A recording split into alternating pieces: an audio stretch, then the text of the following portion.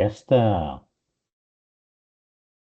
é a nossa aula 2 do curso de Educação Financeira e Cidadania, e nós estamos naquele plano de recuperação que nós combinamos na aula 1 e estamos trabalhando com o, o material que nós combinamos, que está disponível lá no Moodle, que é este daqui. É um livro de planejamento financeiro pessoal da TOP, o programa TOP da CVM, que nós já estávamos lá discutindo o item 3 da página 29.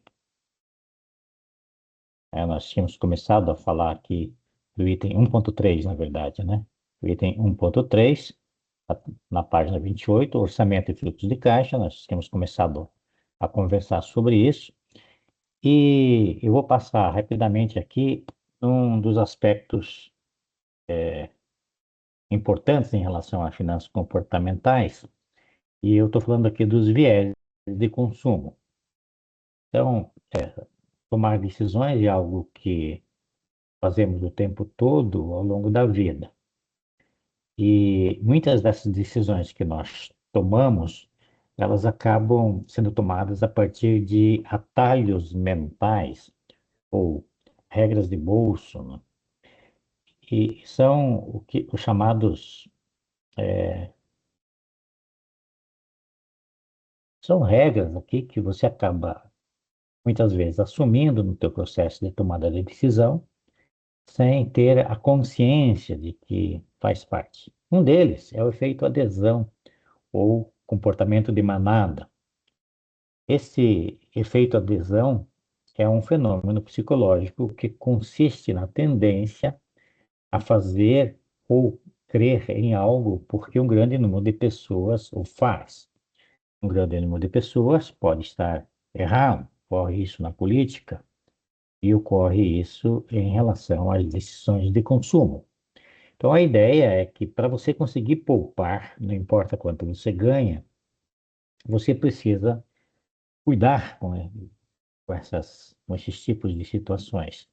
Ou chamamos aqui de, para driblar o efeito adesão nas decisões de consumo, você, antes de seguir a opinião da maioria, procure analisar criticamente de que forma o produto ou serviço se aplica a seu caso específico e se o preço é justo.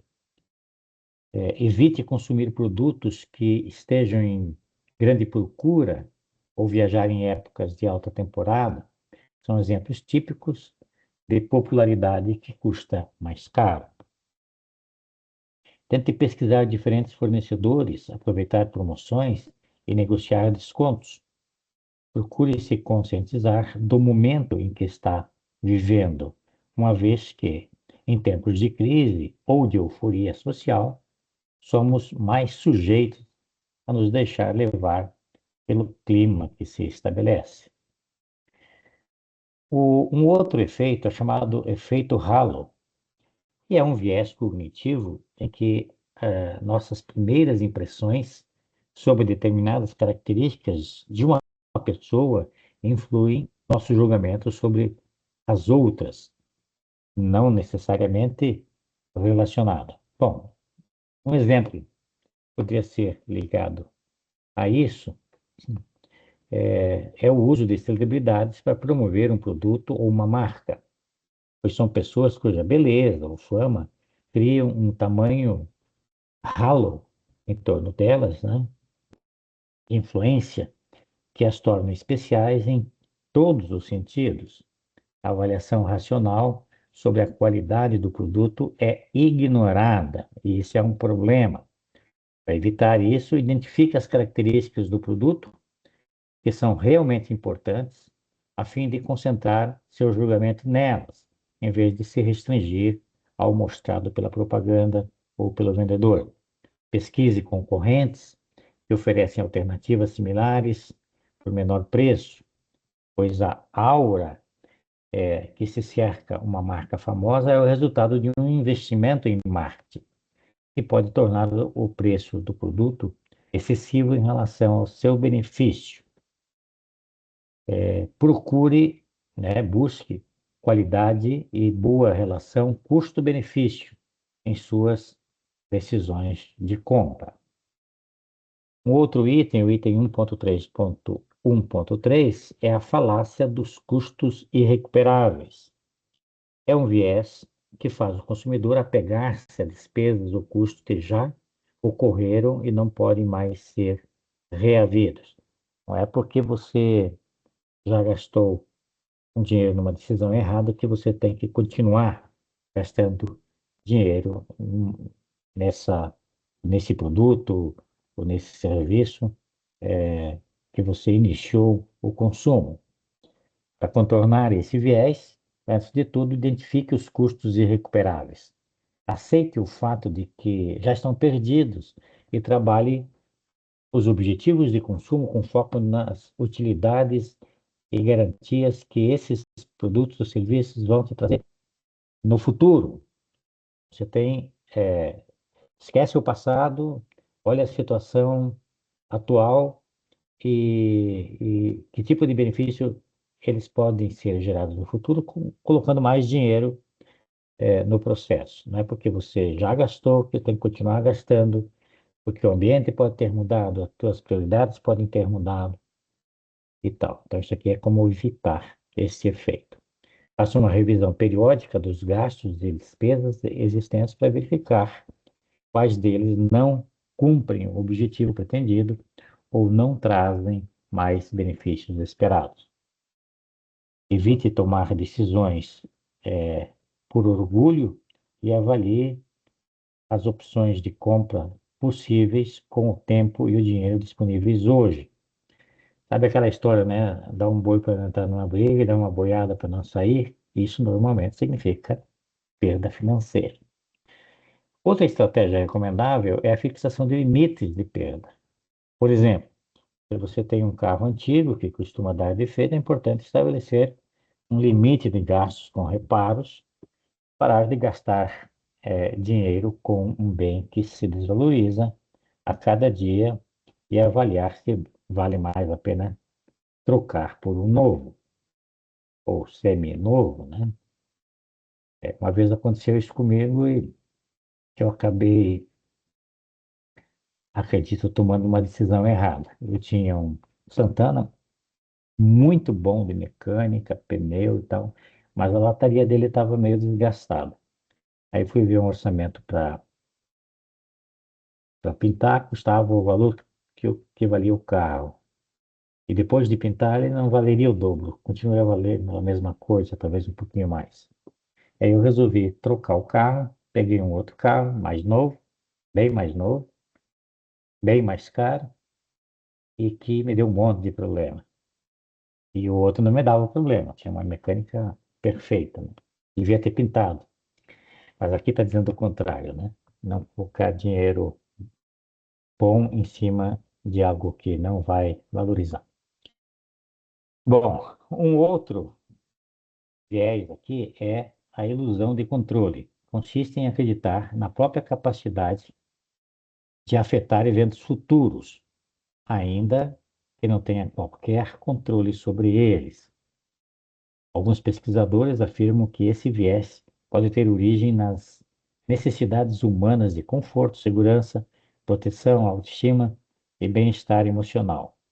Então, a ilusão do controle se relaciona com outros viés, como otimismo exagerado, autoconfiança excessiva ou e o viés de confirmação, em que você busca um viés de confirmação, você fica buscando tudo que ocorre em volta para justificar a tomada de decisão que você já tomou.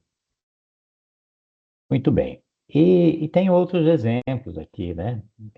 Viés do ponto cego, que é a proporção a achar que os nossos julgamentos são imparciais, quando na verdade nenhum julgamento é imparcial, né? Então, todas as decisões são influenciadas por crenças, cultura, preconceitos. E às vezes a gente acha que é só dos outros, as decisões dos outros que têm essa característica, e as nossas não. Esse aqui é o problema. Eu estou elaborando um questionário para avaliação do segundo bimestre, e eu relaciono todo o capítulo um, as questões que vocês precisam responder. Ele não está pronto ainda, mas assim que ele ficar pronto, vai estar disponibilizado no Moodle. E então, aqui no item 1.3.2, ele fala das receitas e despesas correntes. Então, aqui tem um modelo para vocês utilizarem de orçamento. Então, pessoal, né? Então, não empresarial. Então, tem as receitas, e aqui ele sugere sempre que se trabalhe com receitas líquidas, não com receita bruta. Eu sou adepto de você lançar a receita bruta e evidenciar os descontos atrelados, né?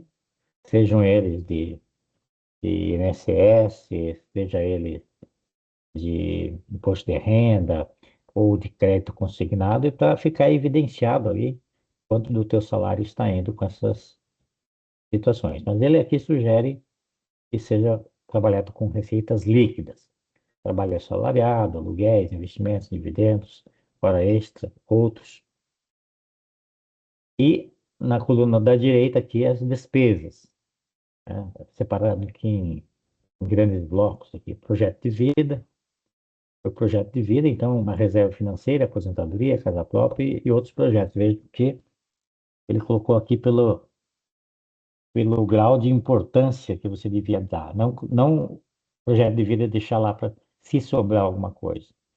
E sim separar aqui, e depois nos outros blocos de despesa, então você cortaria para se enquadrar o que sobrou depois do total de receitas, menos o projeto de vida. É uma questão psicológica aqui, né? Aí vai as despesas de moradia, aluguel, financiamento, condomínio, IPTU, energia, manutenção, educação, saúde, alimentação. E, e aí a conta tem que bater aqui. Aí você vai ter um total de despesas que não pode ser superior aqui ao total de receitas. Muito bem. Aí tem um quadrinho aqui falando sobre azul ou vermelho.